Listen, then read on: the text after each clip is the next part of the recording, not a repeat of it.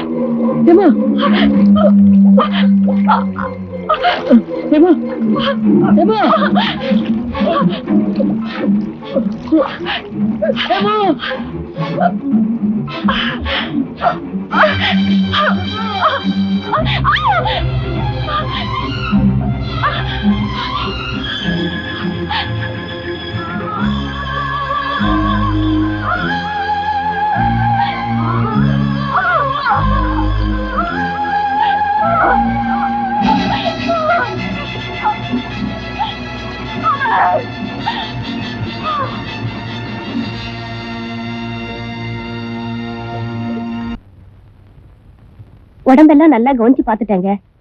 எதுவும் பூச்சி கடிச்ச மாதிரி தெரியலங்க.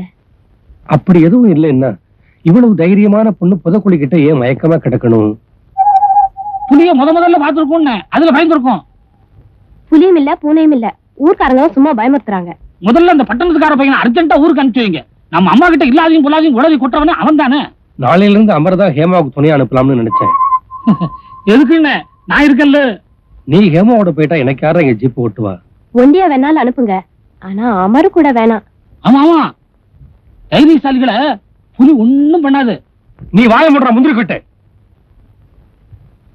என்னோட வாழ்க்கை லட்சியத்துக்காக கொண்டு வந்த பொண்ணுக்கு நாளைக்கு ஏதாவது ஒண்ணு நடந்துட்டா அவங்க அப்பா அம்மாவுக்கு யாரடா சமாதானம் சொல்றது?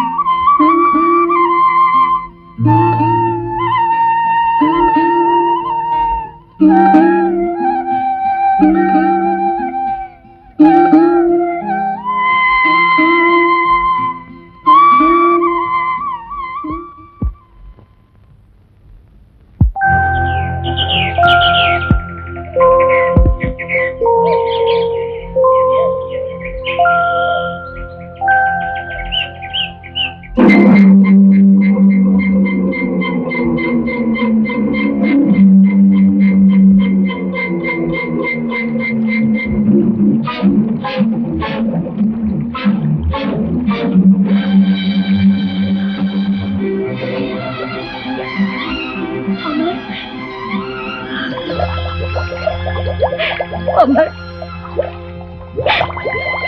அமர்,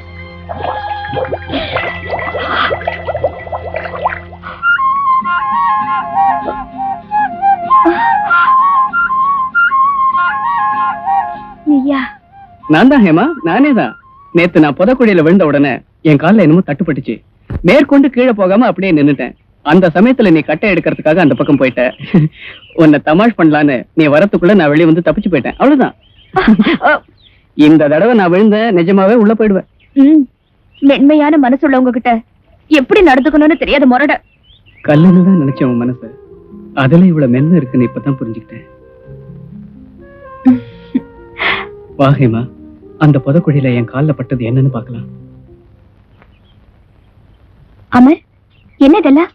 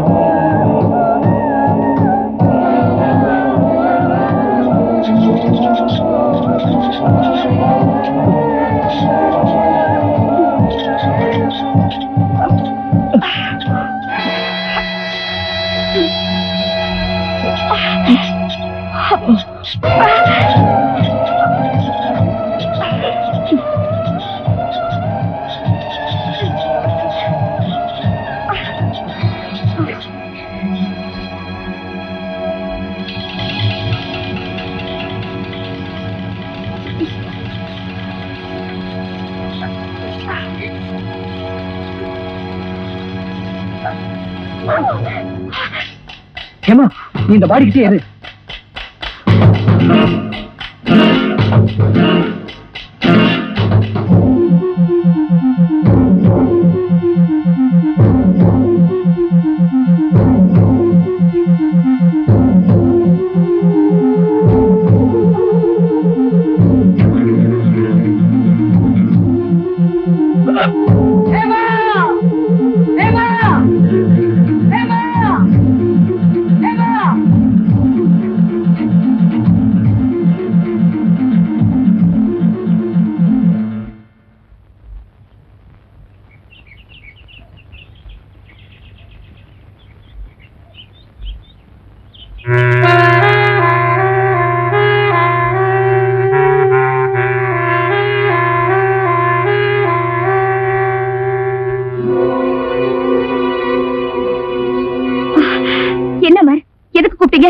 என்னாச்சு உங்களுக்கு? எனக்கு ஒண்ணு இல்ல.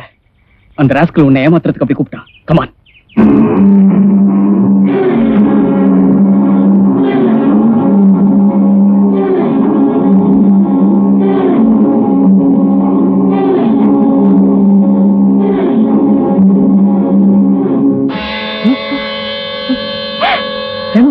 இங்க இருந்த சடலம் மாயமா மறைஞ்சிடுச்சே.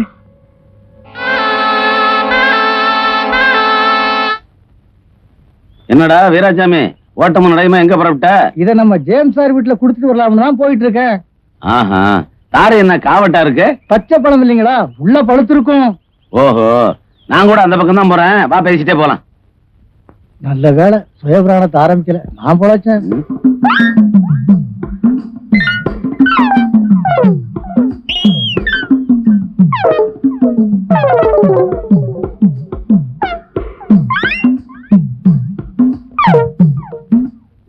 சொல்ல வேண்டிய விஷயம் நிறைய இருந்தாலும் வயிறு கடமுடாங்குது.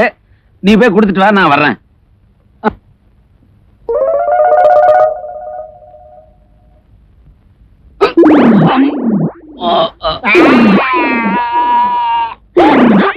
அம்மா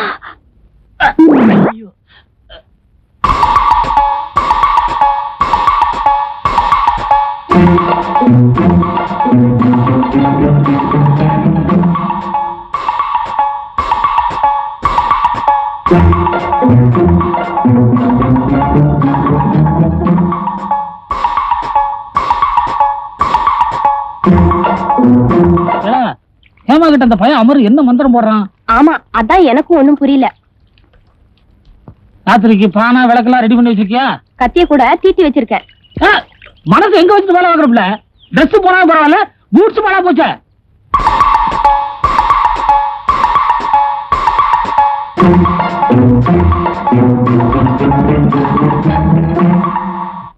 முதல்ல உன்னை சேஸ் பண்ணவங்க எத்தனை பேர்? 4 பேரு. மேனேஜர் இறந்த ராத்திரி ஒரே ஒரு ஆள் தான். அதுக்கு பிறகு உன்னை யாராவது சேஸ் பண்ணாங்களா? ஒரு நாள் 3 பேர் சேஸ் பண்ணாங்க. வண்டிக்கார சுப்பையா இறந்து போன அன்னைக்கு ஒருத்தன் தான். சுமத்திய சாகடிச்சது மொத்தம் 4 பேர். ஹேமா, உன்னை எப்படியும் கெடுத்துடணும்னு முயற்சி செய்யற ஒவ்வொருத்தனையும் பிடிச்சு சாகடிக்கிறான் அந்த முகமுடி. ஒவ்வொருத்தரா எதுக்கு? எல்லாரையும் ஒரே அடியா சாகடிக்கலாமே. 4 பேரையும் ஒரே சமயத்துல ஒருத்தனால கொல்ல முடியாது. அந்த முகமுடி ஒருத்தன் தானே எப்படி நினைக்கிற? நீயும் நானும் ஒருத்தனையே பார்த்ததுனால்தான் 4 பேர்ல 2 பேர் இறந்தாச்சு. மீதி 2 பேர் யாரு, அந்த முகமுடி யாருன்னு இன்வெஸ்டிகேஷன்ல கண்டுபிடிக்கணும். சாரி, அது ஓ வேலை. பறவைகள் இந்த காட்டுல இந்த மாசம் தான் இருக்கும். அதுக்குள்ள ஆராய்ச்சி புத்தகத்தை நான் முடிச்சாகணும். இத பாரு ஹேமா, பறவைகளோட ஓசையில ராகத்தை கண்டுபிடிக்க நீயும், இங்க நடக்கிற கொலைகளை கண்டுபிடிக்க நானும் இந்த காட்டுக்கு வந்திருக்கோம். நாம 2 பேரும் வெற்றி அடையணும்னா உனக்கு நானும் எனக்கு நீயுமா இருக்கணும். உனக்கு தெரியாம பின்தொடர்ற முகமுடிகளோட அக்கிரமத்தை ஒழிக்கலைன்னா எத்தனையோ கொலைகள் நடக்கும். கடுமையா பேசினாலும் உன் மனசு மென்மைங்கிறது எனக்கு நல்லா தெரியும். ப்ளீஸ் ஹேமா, ஒத்துக்கோ ப்ளீஸ்.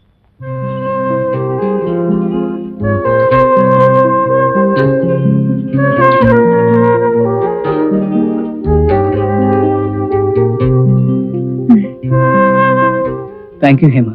ஆமா, அந்த முகமுடிக்கும் சுமதிக்கும் என்ன சம்பந்தம் இருக்கும்? ஒரு கால் அவளை அவன் உயிருக்குயிரா காதலிச்சவனா இருக்கணும். எனக்கு தெரிஞ்சு இந்த உலகத்துல பொண்ணு அன்பா நேசிக்கிறவங்க 2 பேரு. அதுல ஒருத்தன் காதலன், இன்னொருத்தன் தந்தை.